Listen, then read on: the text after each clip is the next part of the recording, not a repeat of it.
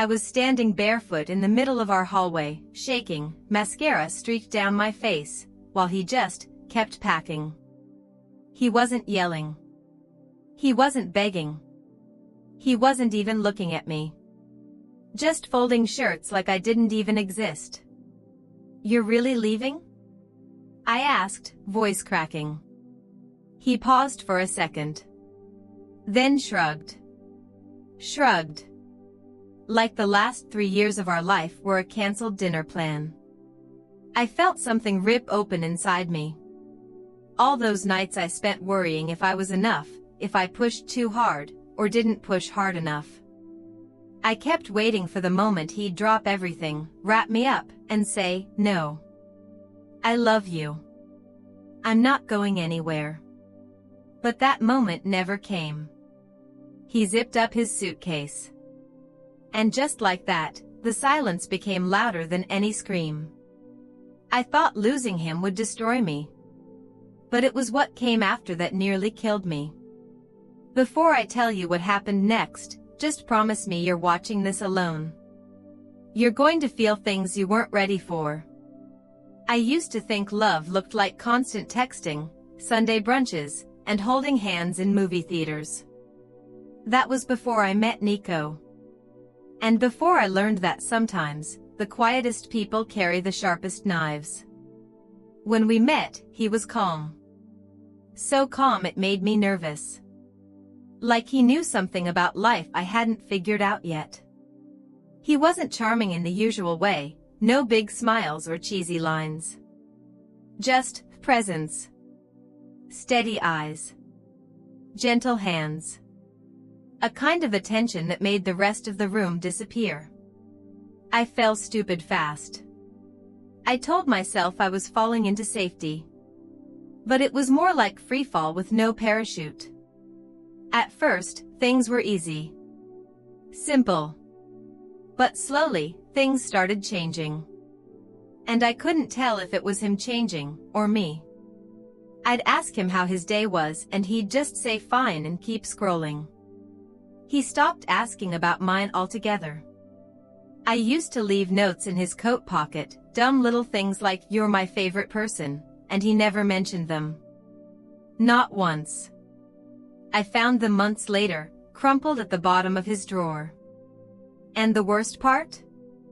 He never fought with me. I'd cry. I'd plead. I'd ask him, beg him, to talk to me. To tell me if I did something wrong. And he'd just stare. Or worse, leave the room. I started feeling crazy. Like maybe I was the problem. So one night, I decided to test him. It was a Thursday. Raining. We were in bed, backs turned. I didn't even look at him when I said it. "I think we should break up." Nothing. No sound. No shifting. Just silence. I waited. And waited. Finally, he said, "Okay." That was it. Not even a question. Not even a why. I don't know what I expected. Tears? A fight? For him to grab my hand and say, "No. Please. Don't do this." But he didn't. He went to sleep. The next morning, his toothbrush was gone. His jacket, too. And just like that, he was out of my life like he'd never been in it. And I was left in a room that still smelled like him, wondering if I'd just made the worst mistake of my life. I didn't tell anyone for a week. I couldn't. Because how do you admit that the person you loved most didn't love you enough to ask why you let go? When I finally told my best friend Clara, she just blinked. "You sure he didn't love you?" she asked gently. "Or did he just love you wrong?" I didn't have an answer. I still don't. But here's where it gets worse. A month after Nico left, I got a text from a number I didn't recognize. Just one line. "He never fought for you because he was never yours to begin with." I froze. My hands were literally shaking. I typed back, "Who is this?" No answer. I tried calling. Straight to voicemail. The thing is, only one person knew about the breakup. Clara. And I know her. She wouldn't pull something like that. Right? That night, I didn't sleep. I lay there replaying every moment with Nico, looking for cracks I hadn't noticed. And I found them. Little things. The way he always turned his phone face down. How he never introduced me to his coworkers, even when I dropped by the cafe where he worked. How he'd vanish for hours and say, "Just went for a walk." I ignored it all. Because love is blinding, sure, but I think I wanted to be blind. It felt safer than knowing the truth. But now I needed to know. Not just for closure. For sanity. So I went back to the cafe the next day. It was a Saturday. Busy. I wore a hoodie and kept my head down. He wasn't there. But someone else was. A girl. Brown curls. Freckles. Laughing way too hard at something another barista said. I watched her. Something about her felt familiar, but I couldn't place it. Then she looked up.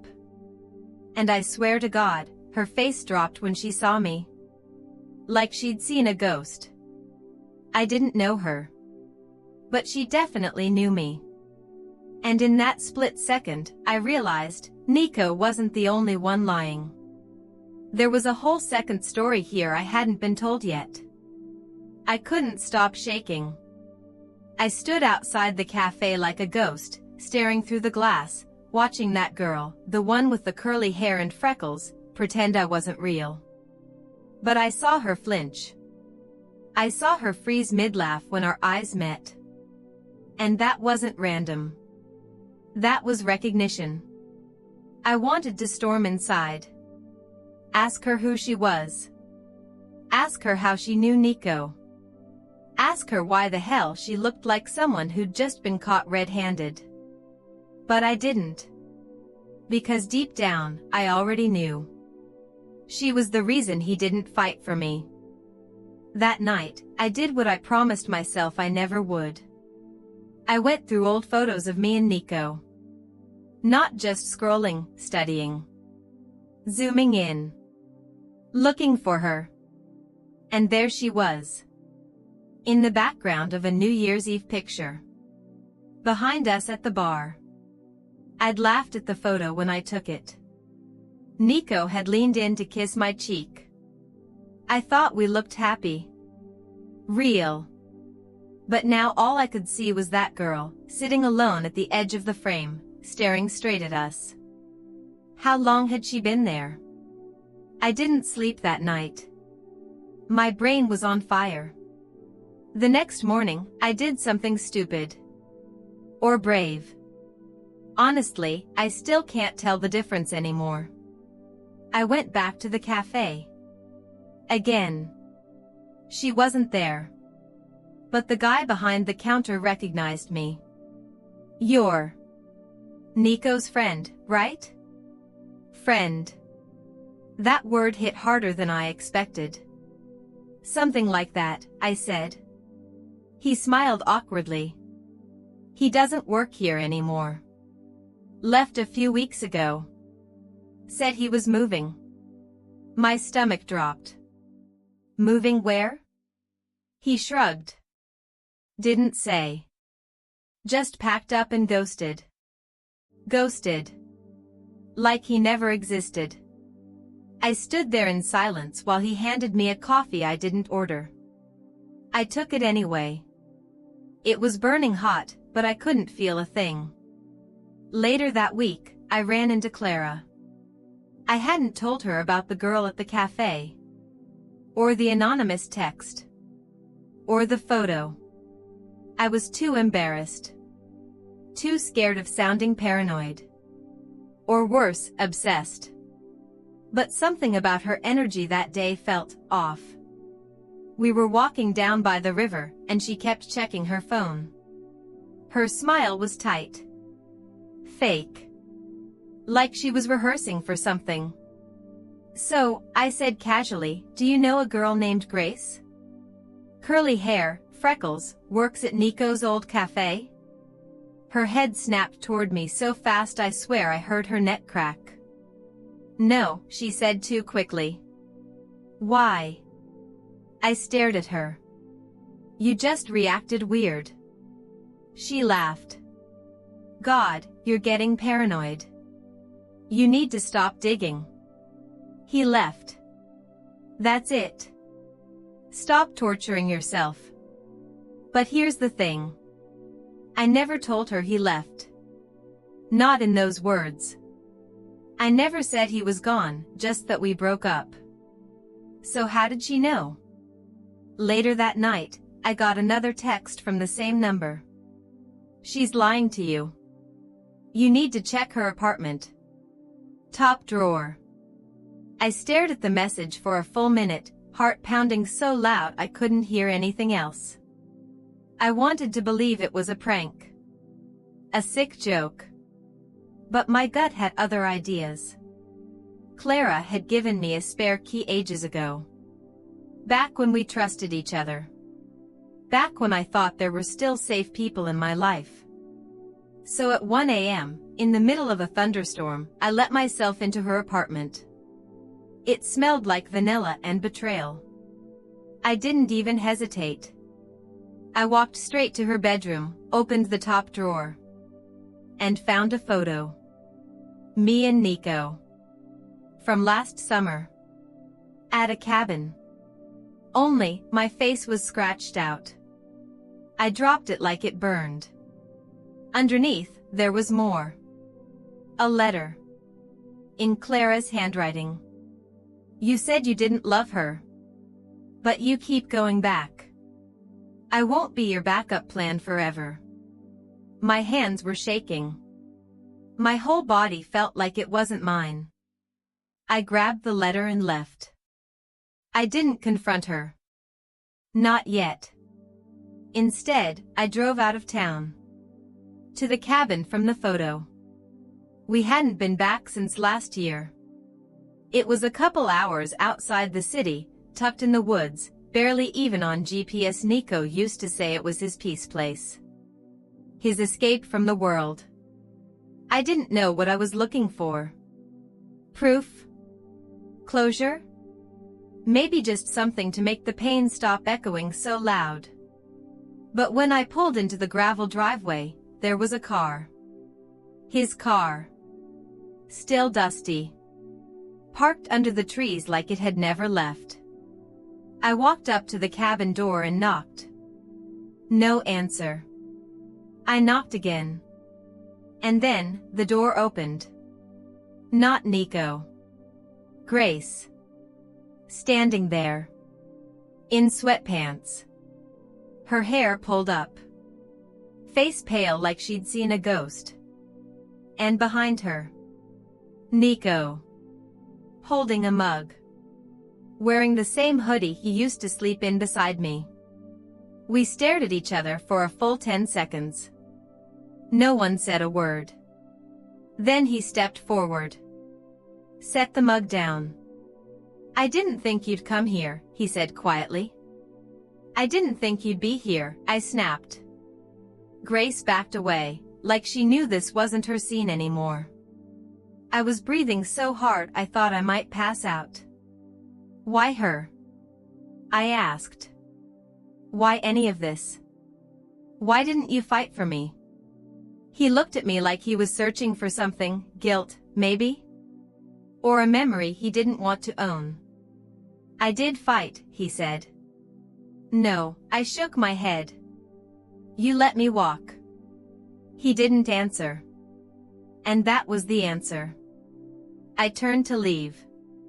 And then he said something that nearly made me collapse. "You were never supposed to find out. You were never supposed to find out." Those words haven't left me. Even now, weeks later, I hear them in my sleep. In the shower. While standing in line at the store. They loop in my head like some cursed lullaby.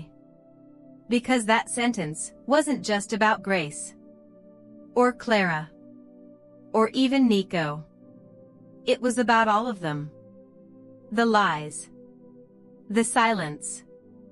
The way I was pushed out of my own life while they made a new one behind my back. I didn't scream that night. I didn't cry. I just looked at Nico, standing there in that hoodie, in the cabin I once thought was ours, and said the one thing I never thought I'd say. Don't come near me again. Then I walked out. Back into the woods. Back into the dark. But the thing about truth? It doesn't stop following you just because you close the door behind you. 2 days later, Clara showed up at my apartment. I almost didn't answer the door. I watched her through the peephole for a full minute while my heart did violent gymnastics in my chest. But curiosity is a cruel drug. I opened it. She didn't look like herself. No makeup. No coat. Eyes rimmed red. I need to explain, she said, voice trembling. I crossed my arms. You really don't. I didn't mean for it to go this far, she whispered. I let out a dry laugh. Define this far. Sleeping with him? Lying to my face? Hiding letters in your drawer like a psychopath? She flinched. Good. You think I wanted this, she snapped. I waited. I waited for him to stop pretending. You were just the delay. I stepped back. The delay? Yeah. Her voice cracked. He was always going to leave you. He told me that. Oh, did he say that before or after he slept with me for 3 years? Now she was crying. But I couldn't feel sorry for her. Not this time. She tried to reach for me, but I stepped further away. You don't get to cry in my apartment, I said. You're not the victim here. She left. I locked the door behind her. And then I broke. For 3 days, I didn't eat. Barely moved.